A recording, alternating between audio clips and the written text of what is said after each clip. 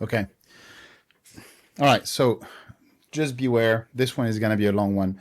But this topic for me is if for those of you who are very interested in products and how you're building your teams, the focus that you have, the choice about the functionalities you want to be bringing, whatever you do, I think this topic right here is probably the foundation on top of which everything really needs to be anchored. It connects a lot of things and patterns that you may be seeing in society that there's some fuzziness to it or superficial high level explanation for it and you cannot really not grasp. It all boils down to that. Now, of course, I'm catching up something a little bit. I use a bit of a flashy title here, and there's a reason for it. Is because for me, Steve Jobs represents the epitome of the product person. I think is like, all the aspect of the persona that we know that we don't know. I didn't know him personally, but we all know that he was a person that was really obsessed about the product he was building and then the user he was building it for, etc. I think all the eccentricities that come out of this obsession have taken sometimes the spotlight because it makes for a good story, it makes for a good rationale, but it's missing the point. So when I'm saying Steve Jobs in here, I'm talking about this really the face you can put in behind the most obsessive person in terms of getting the right product in front of the customers by trying to really truly identify what people want and having being right. So why I'm saying that there's not going to be there's no new Steve Jobs and there's not going to be a new Steve Jobs, it's kind of the subtext in this video, is because I'm seeing that the Western world is drowning in Hollywood syndrome. I call Hollywood syndrome what you've seen, like, a lot of the movies over the past, 20 years. I don't want to sound like an old fart that, doesn't really go with the moments, but there are a lot of, rehashed. There's been, a significant amount of modifications in the structure of the storytelling of the movies, of most movies, that was impeding what the core value of the movie was, right? You had stuff like product placement, but now you get into what I call virtue placement, and not just in Hollywood, but really goes in and fundamentally this is not to engage the usual crowd in front of the political side or the identity side that really says, these are not the virtues I believe in, or these are the virtues I believe in, so I really care about. It's just if you look from this perspective, from a proper product perspective, and you would objectively notice that these are just failed. They just don't work. They didn't work financially. They weren't successes. People didn't really want to watch them. And that's a syndrome that you start seeing across multiple categories of products. And this is why I'm going back into what I was saying at the very beginning, that this particular topic in here, this is going to be the foundations that explains a lot of the problems that you see in different product categories, etc. And things also that are far from high tech, and nevertheless, they have the exact same problem. So the funny thing is when you start looking into media, so movies and video games are actually a very good example to try to understand these things. You start realizing these things is like the real core value, the thing that you as a customer you really want to have is the storytelling, is the experience that it comes in. But then you start realizing that there's a lot of things who have started to take over the territory of that experience and what it was really for, right? In the movie, the experience would be the storytelling. And if you don't really fully grasp the whole concept of storytelling, my most simple recommendation for you is watch a ton of Casey Neistat. He's the king of storytelling. He is extremely good at this. And it's a skill that is important, but because it goes beyond just making movies or making media, it really goes into everything that you're trying to do and everything that you're trying to comment, including this video. I'm not pretending to be a perfect and great storyteller. My goal with this video is to come up with something that is raw and authentic in an ocean of AI slop. So I am very comfortable with the roughness of how I speak and how I look for my words, etc. The fact that it's not rehearsed, the fact that it's not scripted. But nevertheless, storytelling, very important skill to have, you see in there. And it has taken, in some movies, it loses a lot of the prime spot that it used to have, either because the storytelling is being recycled, so it's the same kind of story with a different skin, or because the storytelling is just disappearing because you're trying to do something very flashy with special effects. So these used to be the problems of movies 20 years ago.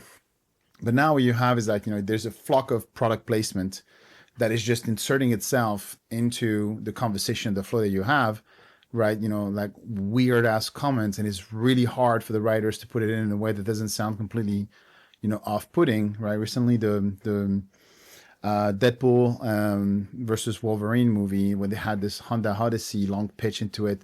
I mean, it was decently put together, but it's like, relax for a second with your little product placement stuff.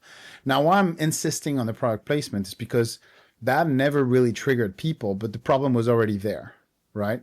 What really triggered people is the virtue placement, when you started to have an exaggerated placement because you wanted to really represent diversity, and you became, front and center. And this is a second example of the countless other things that come up into how you define and build your product that's taken away territory, because you have a finite amount of minutes in the movie to actually tell the story that you want to be telling.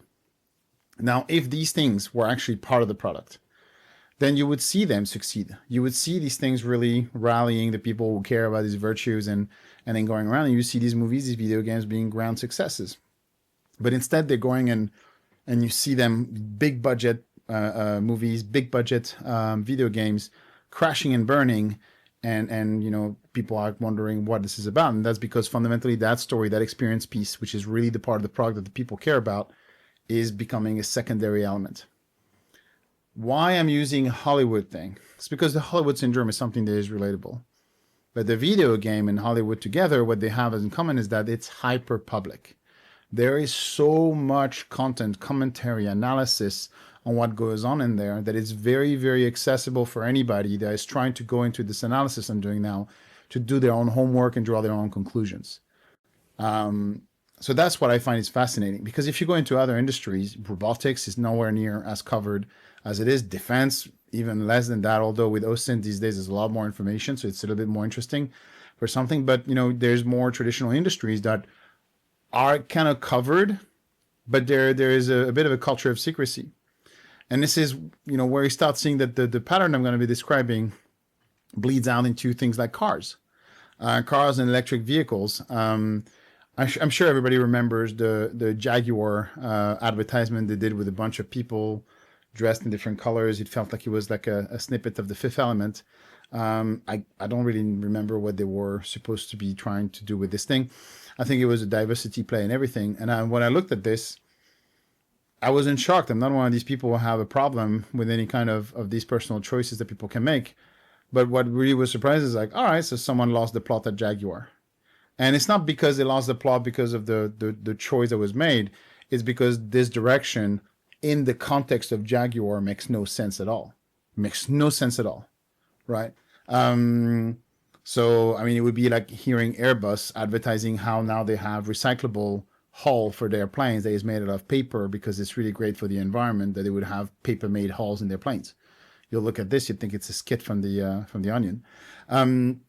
But if you go deeper into the whole car industry, you see that there's a crisis going on to the western side of the car manufacturing, and everybody goes back and point the fingers at China. And I'm going to get and talk to this because there's no way to look at this problem without talking about China. But they look into the EVs. And what I have noticed in my own journey of understanding the EV market over the past few years is that you had Tesla that kind of led the way and spearheaded a lot of innovation in that domain. They managed to break very important psychological boundaries that people had with transitioning to that type of energy. But then they stopped. Right? The Model Y is just, a smaller Model X. The Model 3 is a smaller Model S. And they're kind of not really inventing anything else anymore, right? They're, focusing on the robotic aspect because they're trying to be evaluated as a tech company. And then if you're going to be like putting your money on an EV, there's a lot of different options out there. Now, the Western companies aren't really giving a lot of competition for Tesla, because when you look, especially German cars, which were notoriously, some of the best, if not the best, they went into a weird direction for most of them because it was an identity crisis for them. It was, they were hurt at their lowest, core, lowest level of reference level, because there was no longer their identity. They were mechanics, they were engineers. You had, the engine, the noise, the stuff, everything. And then went on and they gave us an iPad on wheels, right? And they stuffed it with features, with like weird lights. They try to give you like, Diet-tron, right? With all these cars. And some people liked it because, no matter what you do, there's always someone to buy it. which is really not a definition of success. But most people really didn't like them, and they were expensive. They were, more complicated, and a lot of people were interested in EVs. They weren't the kind of people who wanted to have the BMW M5 with reinforcement brackets experience, right? They were the people who were just looking for a car that's going to be convenient, that I don't really have the hassle of everything. And it was really, really interesting to see this, that, then you had the Chinese coming in with a bunch of EVs. Of course, there's like problem with China every time, stuff that are blowing up, the burning, but this happened in the West as well. And they're cleaning up, right?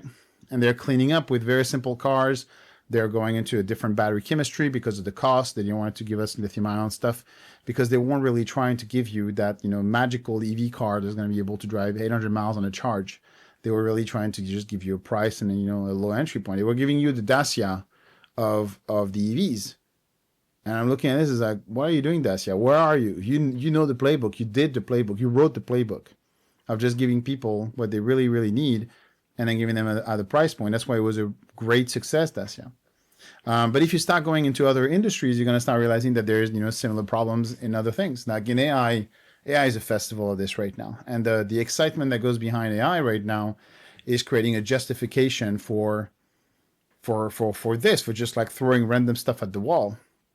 And you saw that the human AI pin, the thing that you're having there, that was supposed to replace the phones, right? Two people from Apple, right? So obviously they're supposed to be geniuses because Apple, and they basically gave you an Apple Watch that you put on your thing with a tiny projector that was supposed to have on your hand. And you look at this and it's just like, this is really what I'm going to get into. The why is just like, they had zero consideration with what people wanted. They never did the Steve Jobs moment of asking yourself what people really wanted. They completely went into their bubble, invented their sci-fi. What if this? What if that? It would be great if this. It would be great if that. Made stuff up and then went all in with it, and then rallied a ton of money behind them, because this problem goes beyond all of the people who are trying to become Steve Jobs. It's a global entrepreneurial culture that has been going on, that is the residual of the 2000s. But you also had the Rabbit AI, right? So the little orange box that was, so you put some Teenage Engineering, which is by far one of the best design firm in the world. Although they don't do design, they actually do proper musical instruments. But they did a great job for it. It's kind of like, but this is kind of my point that I'm going to get to, is like, I'm putting a little Teenage Engineering skin on basically an Android phone. And then people were starting to play with it and realizing like, okay, but hold on, like this could be an app, right? So why does it have to be a device? I don't really want a device if it can just be an app. I already have a device, my phone. And so if you go on and continue now, most recently, and one of the reasons why this is probably like the third or fourth time I'm trying to record this video is because there's always something new coming in, is the humanoid robots that's been going on. I've been critical of the humanoid robots for a while now. Not on the merits of what they can do, but on the product vision and aspect of things. Now, there's a lot of elements that are real, genuine risks of robots. Human robots, they can physically be dangerous to people. It's an engineering problem, and I see that the guys at 1X have done a very good job at solving this issue. I don't know how it really feels, but at least they have a very sound solution for it with a polymer-based shell around the body of their robot. There's also the uncanny valley element, the creepiness of the robot that goes in, and the amount of control that you would have. Same thing. People are going around, they're not trying to put this silicon skin like you see on some of the Chinese robots that are very, very creepy. And the guys at 1X, again, did a very good job about having a fabric outer layer on the robot. Very interesting. But they don't make sense. And they just don't make sense as a product, having it in your house. And, the Neo that just came out, and Marcus Brownlee made an incredible video about this. I genuinely believe that Marcus, if he wasn't such a successful YouTuber, would be an absolute killer product executive. He probably has like he needs a 2-3 week crash course and a bit of mentoring. And the guy has it naturally of understanding the essence of where things are going. He has a natural optimism that is very important, but he has this ability to really see through the noise. And what he saw there is just that, the Neo is kind of nice and stuff and whatever, but no one wants to have a remote operated robot in their house unless they have that, disability need for it. And it's a good model, the teleoperation, but it's a niche model. And what I'm seeing everywhere is that, a lot of people are going around and thinking that these humanoid robots are going to replace staff in the factories. They're going to start replacing people at home, and they're going to open the doors. They're going to do all these different things, etc., etc., etc. And I just find this to be, it's just a fascinating delusion at this point. Because if I need a door to be opened up, why would I need a humanoid robot that is $20,000 to actually come around and open the door? If this is a problem that I have, I'll just get a door with a motor that opens itself. Right? I mean, this is basically the IoT we're talking about. This is the infrastructure that goes in. That robot to stay at home makes no sense, because if you really want to have this level of automation around your house, you can just make your house this automated. And I'm saying this thing because I have seen before people with this passion for automation building their own systems, complete DIY, and I'm talking close to 15 years ago. It's never been a technological problem to have these things. It's been a cost problem for people to actually have these kinds of investment into their homes in the time that most people can't even afford their homes. But anyway, the point about all this is that these humanoid robots now, they're being projected and being going everywhere. And I'm seeing that there's a lot of things that people aren't really paying attention to the details of it, because they just want the story to work, to be so well. And I'm looking at, I was just watching a video earlier today about the Tesla robot walking, and it's just very wobbly and everything. And that reminds me of my days at DJI, where we used to talk to partners and they were telling us like, it's very easy to do the first 80% of the drone, but the last 20% is the hardest. It's like, yeah, that's applicable for every single robot. This is where Boston Dynamics is kicking everybody's ass on everything, is that you see a spot walking and you feel good about it. You feel good about it because it feels very reliable. It's a very powerful machine that could really hurt you, but you feel good about it because they've done that last 20%, and they've put a lot of thoughts into what they're trying to do. There will be a role for humanoid robots, but I don't see them entering people's homes anytime soon. Anyway, the point is not so much about my specific opinion on all these different products, but why are we getting into so much of this misalignment? Why are we getting into so much of these random ideas who have been put out there and you don't see them stick? For those who have had the opportunity to try to stick, like the humanoid robots, the jury is still out. We don't know that. I don't know that. Maybe it's going to work. Maybe I'm completely wrong. But you see these with the EVs, right? You see these with the regular car market that goes on. You see this with the video games. You see this with the movies. The MCU is a disaster post Infinity Wars. People aren't going and listening to it and watching it, etc. You see this with all these AI personal assistants, and now OpenAI wants to do their own things. So why is that? The answer is actually quite simple. Is in the rise of the cult of the founder, the guys that deserve the praise that they got, they didn't get the praise for the right reason, or at least more importantly, the reasons for which they are remembered, they have the praise, we're remembering the wrong reasons. We're remembering Steve Jobs for being charismatic. We're remembering Steve Jobs for making bold claims and then landing and being right. We remember him for all of these different things, and we're not teaching product people to look at Steve Jobs for the obsessive nature of a person that is really, really trying to understand the customers to see what is it that they want to do. And then understanding them past the layer of the user projecting their modification of their expectation based on what they think you can do, and not, in a complete vacuum.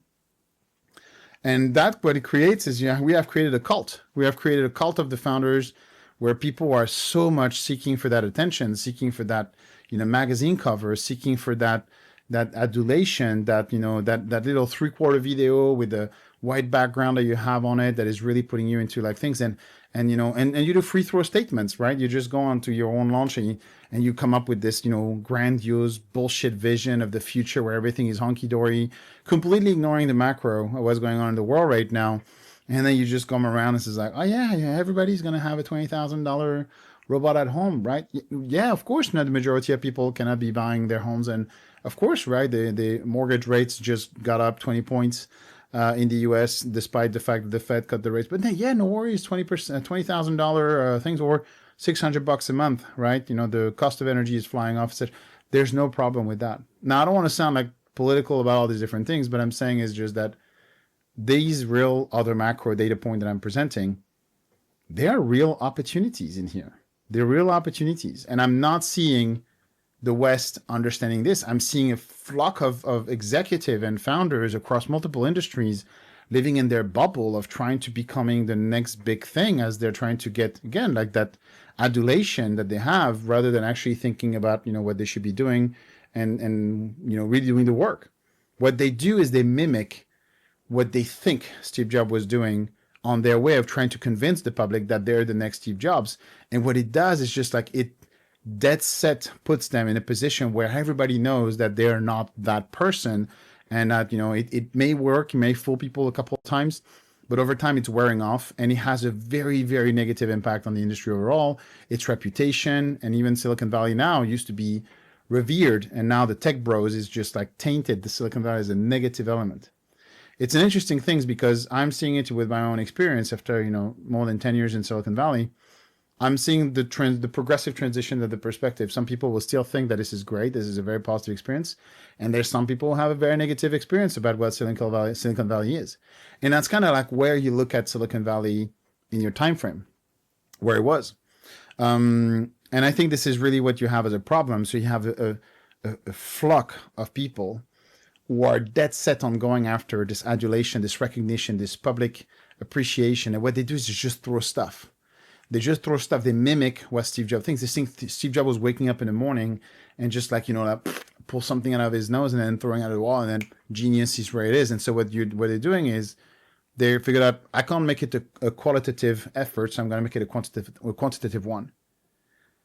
But Steve Jobs was never about the quantitative one. He literally introduced through Apple the concept that it's not about being first, it's about being right. And now we're seeing the complete opposite. We're seeing a lot of people are rushing to be first by announcing and launching products who aren't ready, because they're craving this attention so much that this is about being there. It's about having the headline that says like the first thing is coming out, the first AI wearables, the first human robot, the first, it's first. And everybody has forgotten one of the most important lessons that Steve Jobs had taught the world, which is it's not about being first, it's about being right. If you work in product and you're bargaining with this reality, or you haven't accepted it as one of your physics law, how you function things, you got to start from scratch, because this is the most important thing that you would have ever. Now, the solution is actually quite simple, but the echo chamber and the vicious cycle is so strong now in the West that I'm not seeing this. This is why I'm saying, like, there's no new Steve Jobs coming. There's not going to be a new Steve Jobs coming in right now. Maybe it is going to come out of the nowhere. Maybe I'm going to be wrong about this, but I'm not seeing the exhaustion of the cycle yet.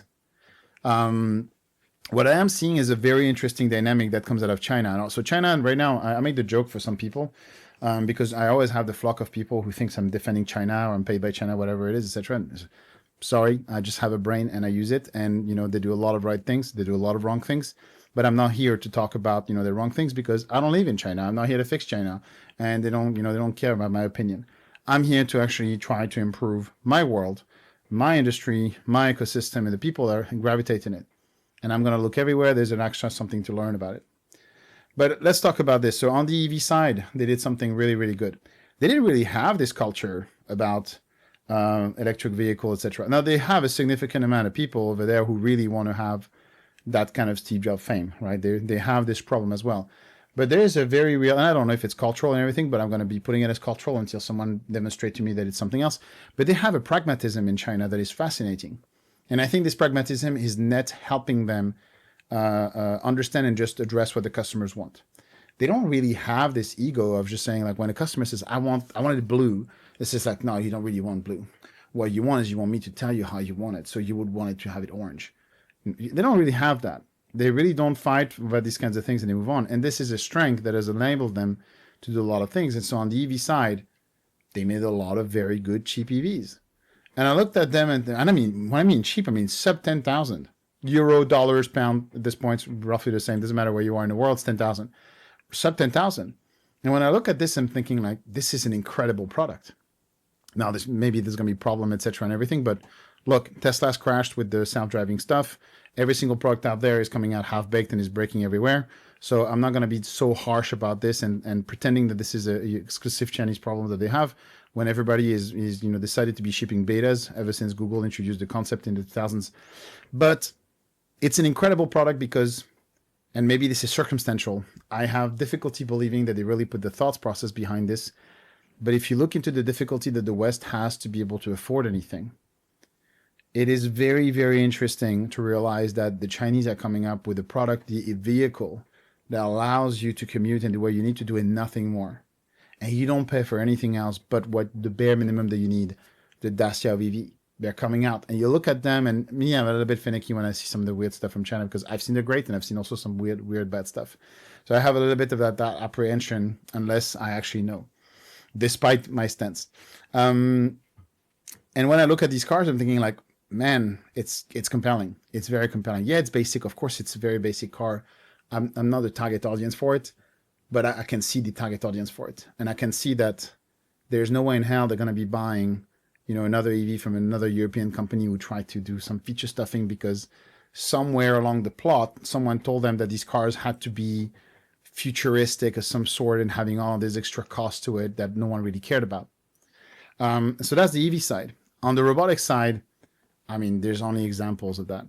The one thing that keeps coming back on my plate as a conversation about robotics is that everybody thinks that you can build robotics like it's a PC, that you're going to have your motherboard, your processor, your thing, etc., etc.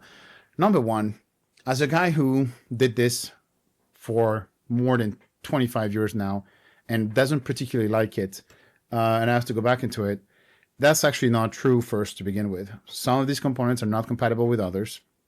Some of these incompatibilities aren't documented. And this is also why when you buy from a box vendor, a Dell, an HP, whatever, they actually do a lot of work to get these parts to really be compatible with each other and then not have any kind of surprises, etc. Otherwise, I can tell you that if it was really this way, that everything was working, none of these box assembler would actually be in business, because why would you ever being able to justify that extra value? And the reason is because when you're a large company, you don't want to be having to fiddle with the little random companies going to assemble parts that actually don't work with each other. That's first for the analogy that is being overused on the drone side. But the second is just that drones and robots don't work like that. Drones and robots don't work like that. Drones in particular don't work like that because they fly. So every gram matters. So all that extra weight, all the extra space, all this extra functionality that you carry for compatibility is things I don't need. Is times in the air that I'm losing. But for any robots, in terms of all these capabilities and this compatibility that you need to have, is the exact same story. I know there's people who are going to hate me for that. They don't like this. They hate the very concept that I'm defending right now, that you would not have vertical integration everywhere. But the reality is that some of the best robots, the overwhelming majority of the best robots that exist out there, are made in China and designed by Chinese companies. And the one that we have in the West, thankfully, places like Boston Dynamics are absolutely stellar, but they're exceptions. They really are exceptions. We have a few Titan who are doing a very good job in a long, long tail of garbage, or things that are very average, or people are just gluing things together and kind of like hoping that it was going to be sticking, and then do a lot of anti-China sentiment as a way of defending their little territory. They're forcing you to buy the crap by putting a veil in front of your eyes and not having this perspective. Now, this criticism on the commercial aspect, it has no leg. It has no value. Who cares that my opinion is this? From the product analysis perspective, it's an important one. Because if you have a secret garden of a market that you have right now, because free market, right? Good for you, right? You're going to sell your crap and people are going to have no other choice but to buy your garbage. Good for you. You're going to make it pay. Everybody's going to be happy, blah, blah, blah. But eventually, you as a product person are going to work in the place or something that is not going to have that secret garden. And if this is the one playbook that you've been relying on, you're going to have a very nasty surprise on how to actually handle this entire thing. That's why it's important to call a cat, to actually understand that this strategy and this eye closing over the whole Chinese pragmatism and their ability to just go straight to what's going on matters. Now, again, that's a problem about the Chinese one. I'm not here to talk about this. I'm here to talk about the fact that you have a very, again, like the video, like the movies, Hollywood, like the video games, you have a lot of public information out there for you to wrap your head around what I'm trying to say here. But then you can continue around and do other things. You can look at Bamboo Labs, right? These guys. And they did a phenomenal job with their printers, right? And then, you had this entire dynamic about the open source community that was going around and they were doing their pieces, etc. And then vertically integrated the entire thing, laser focused on what the majority of the community wanted, which was they wanted to create things. They didn't want it to fiddle with their printers. And so why this matters is I'm seeing the same thing in the FPV world right now. I saw this at the exact same moment in every kind of hobby, niche market that suddenly get the spotlight thrown on them. The majority of the people who are currently participants in this industry, they think that because they were there before, they have some sort of a right. I was first. But again, like Steve Jobs explained and told the entire world, it's not about being first, it's about being right. Bamboo wasn't first, but they were right. And today, no one is telling you that a bamboo is a bad product to buy. But you'll have people who will tell you that you should fear them because cybersecurity, all sorts of nonsense, etc., and everything. They will tell you that from their Chinese laptop or their Chinese phone, but they'll tell you that nonetheless because we're living in this moment where really it's about finding whatever rationale is going to help you doing any kind of mental gymnastics, but the work Steve Jobs used to do, which is obsessing about what is it that the customer truly wants. Now, as a response to this, I think Prusa in the 3D printing world did something incredible with the Excel. They built a very large printer, dedicated heads, very capable machine. It's a thing that really did not exist on the other side. Very, very compelling counterpart. And so, you have some people who are still doing the right thing. And I think the Excel is a very, very good printer for anybody to buy. But I'm going back again with this whole mentality, and I'll finish with my last example. And I really like this example because, again, of how public it is. Now, if you look at video games, there are 2 Chinese-made video games that have just torpedoed all of the grandiose effort of the West and the experience, etc., out of something very simple. They just delivered what people wanted. It's just mind-blowing. Black Myth Wukong, which I've yet to play. I don't have the time for this one, etc. But raving reviews about this. And this is very fascinating for me that Black Myth Wukong was such a success in the West because it's a pretty Chinese-loaded culturally video game, right? It's like, and the Chinese culture is not, paper thin. There's centuries, millenniums of layers behind this thing. So coming into it, it feels like, it's a lot. Nevertheless, great success. Why? Because the game is just good. It's just really good. Back into my storytelling, it's nailing down that experience that people wanted. You don't have the microtransaction. You don't have the whatever placement that you're going to have, product, virtue, whatever the hell you want. It's really all about the experience and giving you what you want. It's not rocket science. It's not very complicated. But they got it right. They weren't the first one in video game. Far from that. Far, far, far, far, far from that. But on that one instance, these guys got it right. And then the second example is Escape from Duck-Off, which is a tiny indie game that was built by 5 people as a kind of like a weird spin-off on Escape from Tarkov. Definitely not a first-person shooter. Very different experience. You need to look into it. Launched, I think, 2 weeks ago. Sold 2 million copies. Sold for $20 a pop. So these guys brought in 40 million of revenue. 0 marketing, as far as I can tell, going on. There's no microtransaction. There's no battle pass. There's no subscription. There's no sign up. There's nothing but pure experience. Nothing but pure experience. People are raving about this. This is not the only experience. The Chinese do not have this monopoly specifically in video games. But that's why it's really interesting for me to point this out, because there's a lot of indie games who have completely obliterated AAA studio out of a very simple thing. They built what people wanted. They weren't trying to be flashy. They weren't trying to capture the attention. They weren't trying to actually do this. They were just laser focusing on building what the customer wanted. Right. So we got there. We are here in this situation where we keep being peddled products that we don't want. And we keep creating context of suffocation. So you have no perspective on what else you can have, etc. These games, they sell. Or you have like Battlefield 6, great beta, great initial launch, and then 180 on it. Here's the battle pass. Here's the battle royale. Here's the thing. Let me remind you that you should be buying this battle pass at almost every launch that you do for the game. The list goes on. This is not for me. This is not for me as a gamer. I do not want to have that as an experience. You didn't build what I wanted. You built what you wanted. Right? You built what you wanted. You built because maybe there was in your circle someone who's going to be giving you that praise that you're looking after, but you didn't build it for me as a player. You didn't build it for me as a customer. And so this is the part that I want to be leaving it back to. The reason there's no Steve Jobs in sight, the reason there's no new Steve Jobs coming, and I don't think there's anyone coming anytime soon, is because we live now in a complete echo chamber of founders who are really wannabes. They're just tech bros. They want to become popular. They want to have that moment of praise. And this is what matters most for them. They want to be first. They want to be heard. They want to be loud. They want to be everything above being right. Above, way above being right. They would rather continue and fail with their way of doing things because it will give them that credit rather than succeed with somebody else's playbook.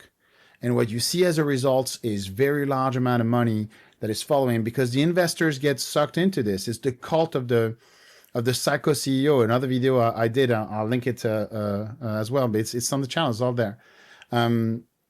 It's another video about like this cult of the people, of these psycho CEOs who do crazy things, crazy stupid things, just what I just spoke about. And they get bankrolled by VCs who are just going around and have these kinds of thinking process like, hey, you know what? If you're capable of lying to me and selling it to me, then you'll be able to lie and sell it to someone else.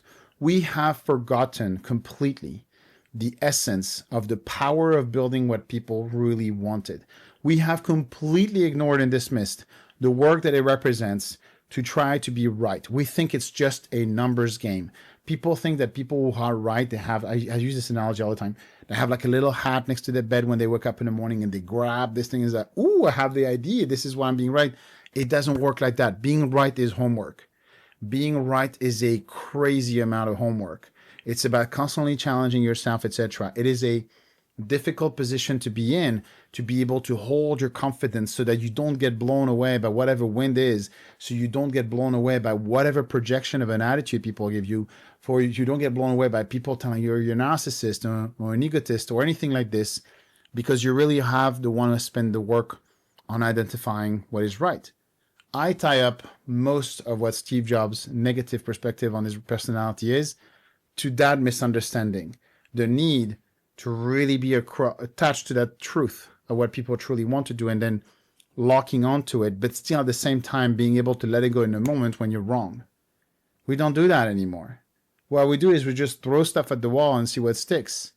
We do random advertisement that shocks people because we are so drowning in our irrelevance that we just want to have 5 minutes of press on us to tell us that our cars are still relevant. And what does it do to you? Nothing. It doesn't sell more cars because that's not what people want. The same goes on and on and on across the entire thing. It's an insanity at a crazy level. And very honestly, I feel like I'm in this rave and every speaker is blasting this noise to my ears. And I'm looking around, I'm saying like, can you guys hear these things? I can barely hear myself thinking in this noise. And everybody's just like, nope, I've never heard of it. It's like, whatever. Right? No, Battlefield 6 is great. I'm going to have like, double down. Give me a battle pass. Give me another one. That's why the product sucks. And there's no new Steve Jobs coming around to change that game anytime soon.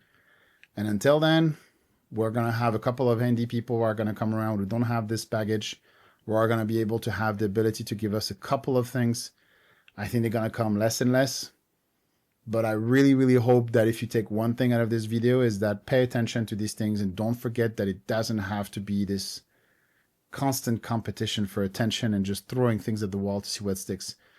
There's real virtue in doing the work and understanding what people want and then building these products for them. It's the absolute best satisfaction one product person can ever have. And I think this is the one thing you should pursue and nothing else.